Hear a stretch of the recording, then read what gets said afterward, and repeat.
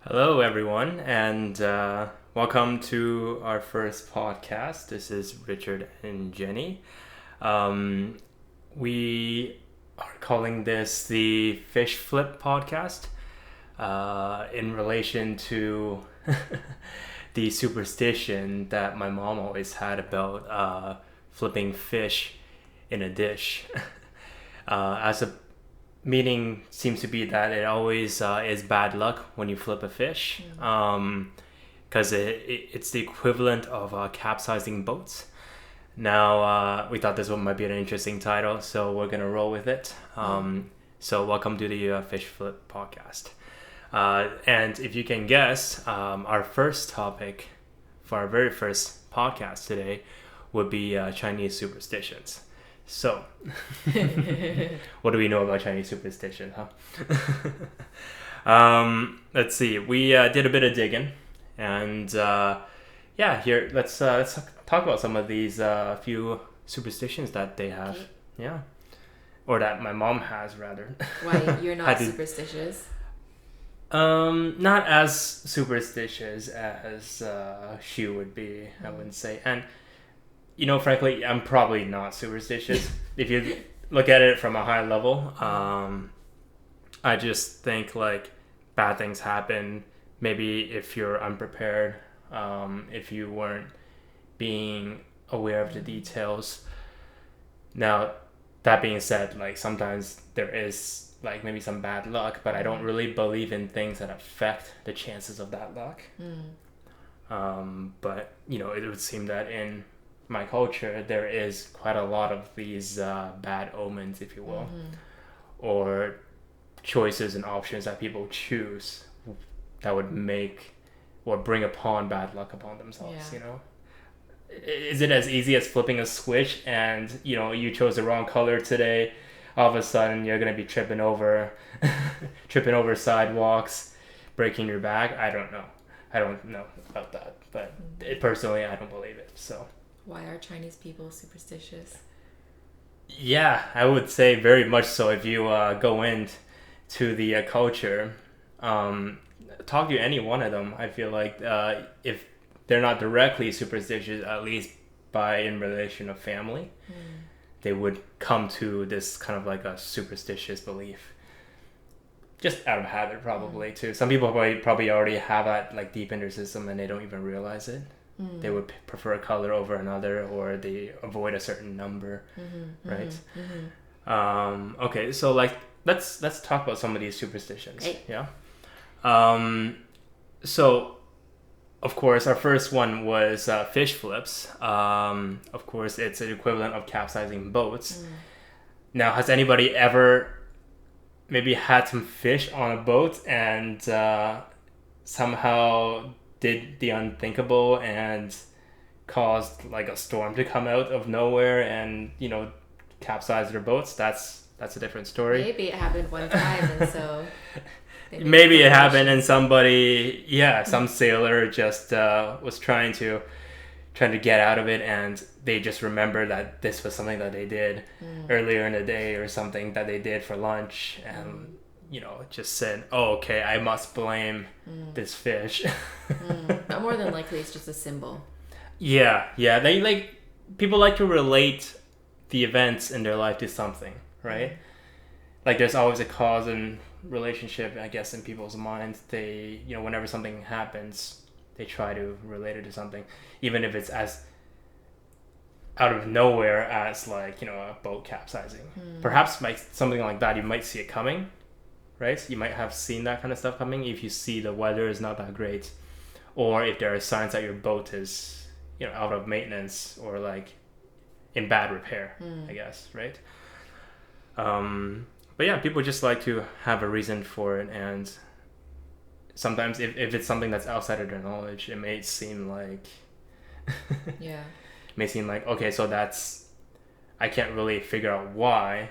Maybe because I don't have that experience with like something that would have caused this to happen.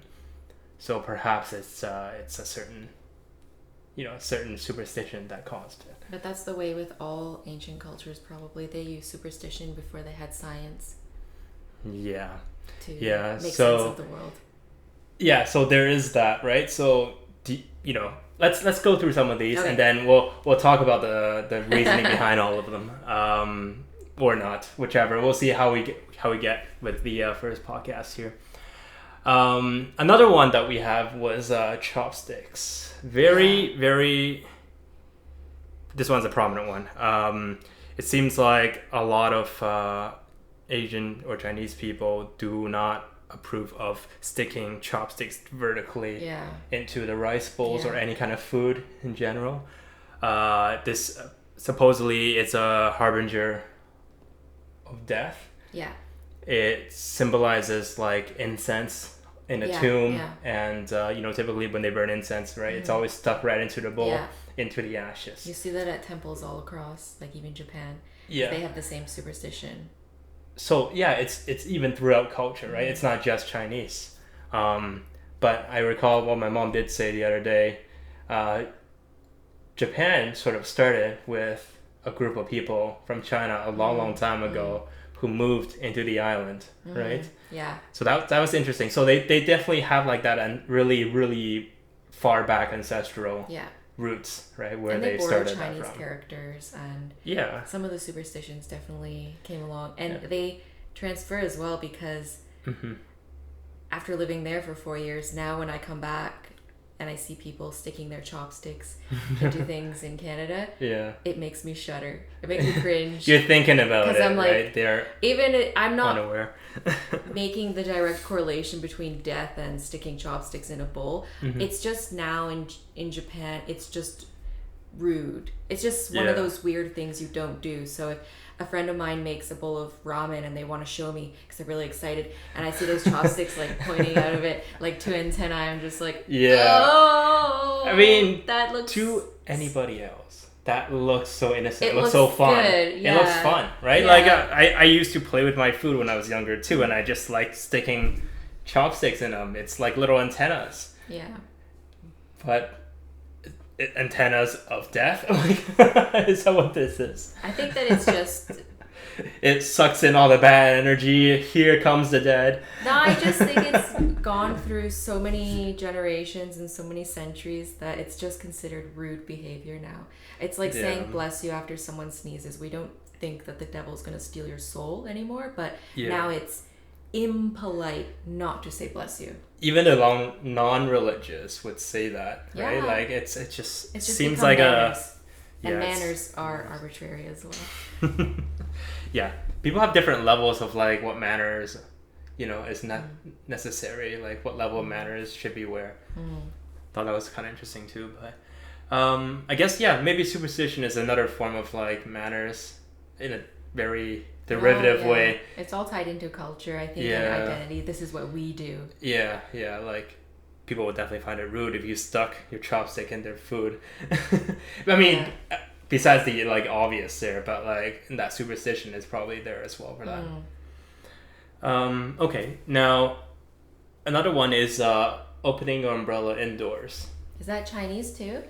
It is one that I guess my mom has talked about. Maybe it may not be specifically Chinese, but it is in that culture as well. What do you think about this? Like, how do you think that came about? I think it's just impractical, and it's instant bad luck because you're likely to knock something over if you open your umbrella inside the house. You're actually pretty much, if you have one of those big golf umbrellas like my dad, it'll hit from wall to wall. How are you going to get out the door? Spring-loaded ones, yeah. I mean, umbrellas probably have come like a long way. From what I've found out, you're pretty much on the money there. Before they had spring-loaded mechanisms in umbrellas, it wouldn't have been such a big thing. But after the advent of that, it was a lot of like people opening umbrellas indoors that led to some kind of injury, right? Or they knocking something over, or somebody's eyes got poked or something, right? Because once that spring came into play, once that technology was there, it just became very forceful, right? And this kind of like symbolizes bad luck in a way. I guess people have seen like a lot of incidences of injuries or something getting broken, Yeah. so that they just say like, okay, generally, maybe like practically it's bad. And it's not necessarily perhaps bad it brings luck, it's bad judgment. bad judgment. Yeah. So that, there's sense in that. There's sense in that superstition, right? So, what I have written here is that the theory says it came from ancient Egypt, where an umbrella was used for shading from sun rays. So, when it was open indoors, it would anger the sun god. That makes sense. So I think this is like Ra or something, like the god of Ra, who would take out their anger on everyone in the household where the umbrella was open, which usually probably would be immediately if something was knocked over. Yeah. So yeah, we just talked about the practical meaning. It was when the steel frame umbrellas came into play. With spring-loaded openers, it would very easily knock a lot of fragile objects, around the house and injure people. So good reason. Our next one. Do you have something to say about this one? Yeah, about sun umbrellas, parasols. Are they popular in China with ladies? I still see. Well, when I was in China back then, I still saw that they were used for sun. Yeah. But of course, maybe it's a stereotype now, but there's a lot of like ladies who wear those like really long visor hats. Yeah. That seems to be maybe more practical for them. It's easier to carry around. So you see them in Japan with the parasol and the sun hat and the UV protective gloves. And I went 3 years without getting a parasol because I was like, that's what? And then I caved and I got a parasol, and it was one of the best investments ever. I actually convinced a student I had, a male student, to get a parasol, and so he joined the boy parasol club. Started something new. They're practical. They're very, very good. Very good. Because when you don't want to wear a hat, you don't want to it's already hot. I don't want to wear a hat. It's sticky. But I want to walk in shade constantly. Yeah. It's a parasol. Yeah, it's perfect. It's nice when you have that. If I were to do it, I probably would get like a sun hat or something. Big visor. Yeah. Be one of those old dads kind of look. Okay. Comfort there too. Yeah, like I see why the Asian ladies would wear those hats now. It's basically like an evolution of the parasol, right? It's just, then they don't have to carry anything. Their hands are free. Then they can go about doing their business. Yeah. Yeah. I would say I would generally see older women wearing the hats. Yeah. Younger women with parasols. Really? They don't want to mess their hair up. You know how much time. Yeah, that's a good. Women who live in the cities, just a lot of young women in Japan, they spend a lot of time on their hair. A lot of my students, they would have their appointment to the hair salon scheduled every 6 weeks. That's just what you do. Yeah. The hair, then the nails. Keep the hair tidy. Laser hair removal. All scheduled. Yeah, you know what? You probably don't want to mess up your hair after like spending half a day getting it ready and all that. Yeah. All right. Okay, so I guess we're on to our next one. Turtles. I mean, they live long, so they're seen as creatures of longevity in the Chinese culture. I've seen them dried up and sold as like to eat for medicinal purposes. Yeah. They have that kind of a belief over there generally, and like it's kind of led to some of these practices of like hunting some of the more endangered animals, which that's unfortunate. But I think like they're, back then it was tradition for them, but hopefully as the science kind of like, teaches them otherwise, that they understand like, okay, it's just like the animal species are getting wiped out because of this. It's usually kind of a topic, I guess. It is a topic to talk about, with like these kind of beliefs, right? Of consuming animals or certain parts of animals that creates some kind of effect for people. But it's kind of a history thing, I guess. Yeah. But for turtles, they're seen as creatures of longevity, because they live very long times. And then they're somehow a symbol of bad luck as well.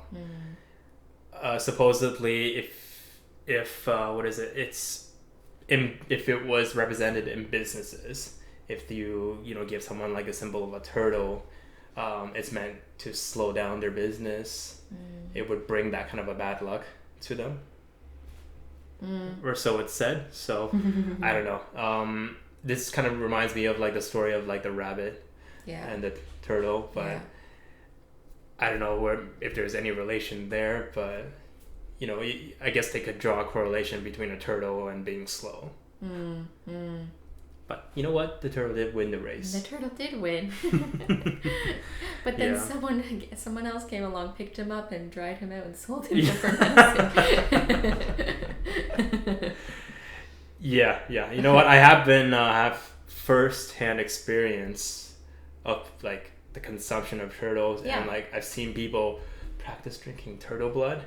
Yeah. This is kind of crazy, but same idea again. Like they believe that the longevity of the turtle's life would be transferred into them by drinking their blood, right?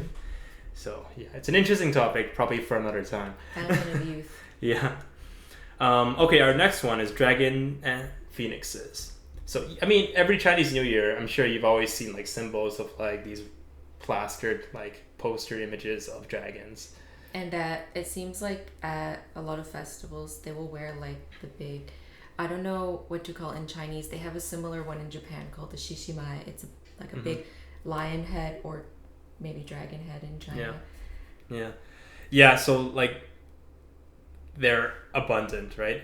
Everywhere you go, and even outside of like the Chinese New Year periods, you see them on like door frames, and like you see them posted up as like canvases or anything, right?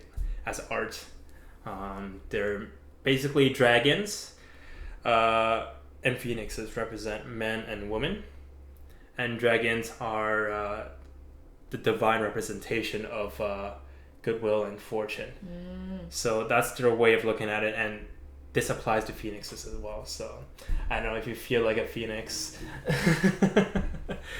or people will say like, this is this represents you. You know what? In my home in China back then, we did have on our door frame, whenever we entered our home, you would have a dragon on one end and a phoenix on the other. They kind of come together above the door, but it's kind of like you're entering through a gate of fortune, something like that, right?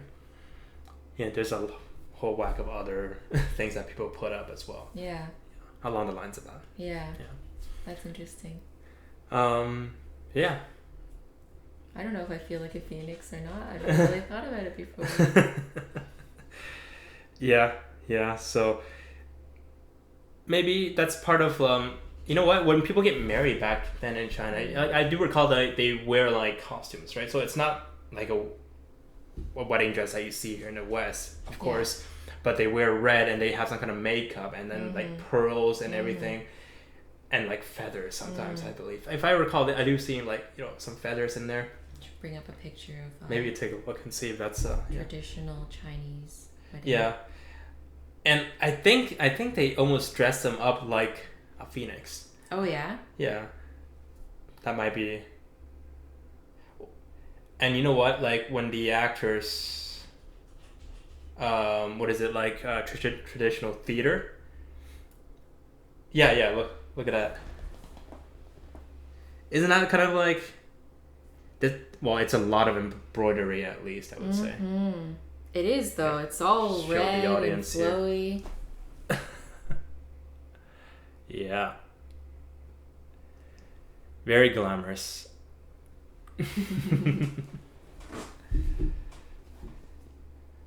Yeah, well, maybe to me it looks like a phoenix. Yeah.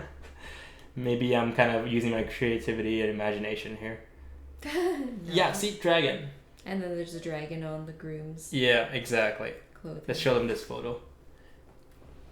A little bit of that. That's a nice little dragon there. Oops. Yep. I can hear a dragon scratching as well. All right. Let's move on to our next one. Yeah. Okay. So, lucky numbers. Apparently, 8 is lucky, and half of 8 is unlucky. Yeah. Well, the reason being for the unlucky number I've known for a long time is that it's, when you say it in Chinese, in Mandarin, it is the equivalent of saying death because it's the same kind of tone. The word is different, of course, but it sounds like you're saying death.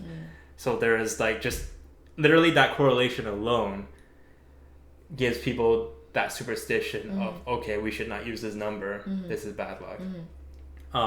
But somehow 8 is a lucky number too. So why is 8 lucky? It sounds like something else. I'm not 100% on that actually. I think I have it here somewhere. Yeah, so they skip the 4th floor typically in China. It sounds like the word for wealth. Okay. 88 is considered particularly lucky. Maybe I shouldn't be surprised about this. Yeah. Wealth. That's why. Well, there we go. The opposite of death is wealth. Yeah. I think that's very deep in their in the culture. It's just wealth is equal to everything that's good, right? And in a sense, like the definition of wealth isn't just money, but like good health and good social relationships, that kind of stuff, right? Okay, now next one, color. There are lucky colors and unlucky colors. So apparently white and black are unlucky, which I guess kind of coincides with the Western belief too, right? Because white is more like a funeral color, I guess, white and black. And black, when you translate it in Chinese, they use the word black to call people like from the mafia. Yeah. So like I think that's black would be bad luck. It's just it resembles secrecy. And darkness and secrecy. So white and black, white itself is like funeral for them. Same in It's Japan. like ashes, basically, White color is of ashes funeral, too, yeah. right? Whereas we wear black to funerals in the West. And another one is green. Green is supposedly infidelity. So if a man wears a green hat or wears green, it supposedly translates to his wife being unfaithful or something. And they're very central about the man too. Like it's a lot. There's a deep culture of that. The men providing and being the fortune. The patriarchy. Yeah, exactly. So that was pretty big, back then. So I guess the man wearing green would be the bad luck as opposed to the woman. But how come you sleep in green pajamas? Well, thankfully I'm not superstitious. Green, green is nature too, right? If you want to think about it another way. So it's a good color. I think it's natural. It's easy on the eyes. A lot of people have favorite color green too, so I don't think it would be blue. Blue is a good one too. The older you get, the more likely it is that your favorite color will be blue. I read that in a book called Bluets. You should read that book. I do like blue. I think blue is my favorite color as opposed to like green for some other people, but I think blue represents openness, ocean, calm, vast, serenity and tranquility. Okay, and what do you think the really lucky color that China? It's gotta be red. Yeah, everything is red. Everything is red. True, and red is the symbol of wealth and fortune, and it is the color of blood. I guess when people flush, they get red. Having healthy blood. I guess. Being healthy, right? Yeah. I guess. Yeah. And red envelopes for fortune, red and gold, if you will. But yeah. No, so there are a bunch of these kind of superstitions out there, but red is a good color. Red is a good color. Are these superstitions based in a religion of some sort? I was wondering about superstitions and superstitious people, if it's something they do because they believe in free will. So I have the free will. I will go to the fortune teller and I will learn about this. But then that gets into Then I was thinking like, or is it like more like fatalism? Like there's one fate at the end. Yeah. So I can just go through life and I'll end up with that fate. Or closer to determinism, which is like there is one final fate at the end, but all my actions have already been decided that will lead up to there. Whereas I think with fatalism, you can take different paths, but the ending will be the same. Determinism says it's already decided.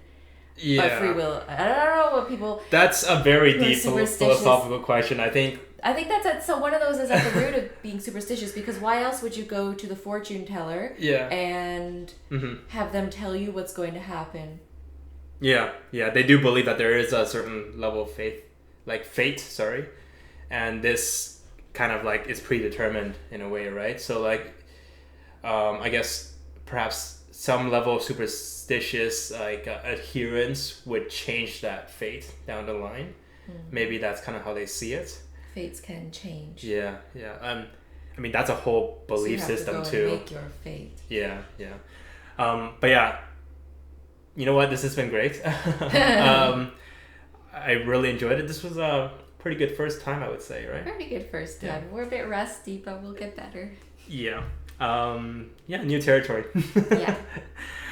And thanks for tuning in. This has been our first podcast, Fish Flip podcast here. Fish flip. Oh, so you're flipping the fish. We are flipping the fish. Oh my god. Let's uncover some of these beliefs, let's uncover things like as we will talk about in future podcasts. Or just, discover and explore, right? And maybe see that flipping the fish isn't all that bad sometimes, to figure out what's happening behind the scenes and why. Yeah. Right? Yeah. But yeah. What's on the other side of that fish? All right, guys. Thanks. Bye-bye. See ya.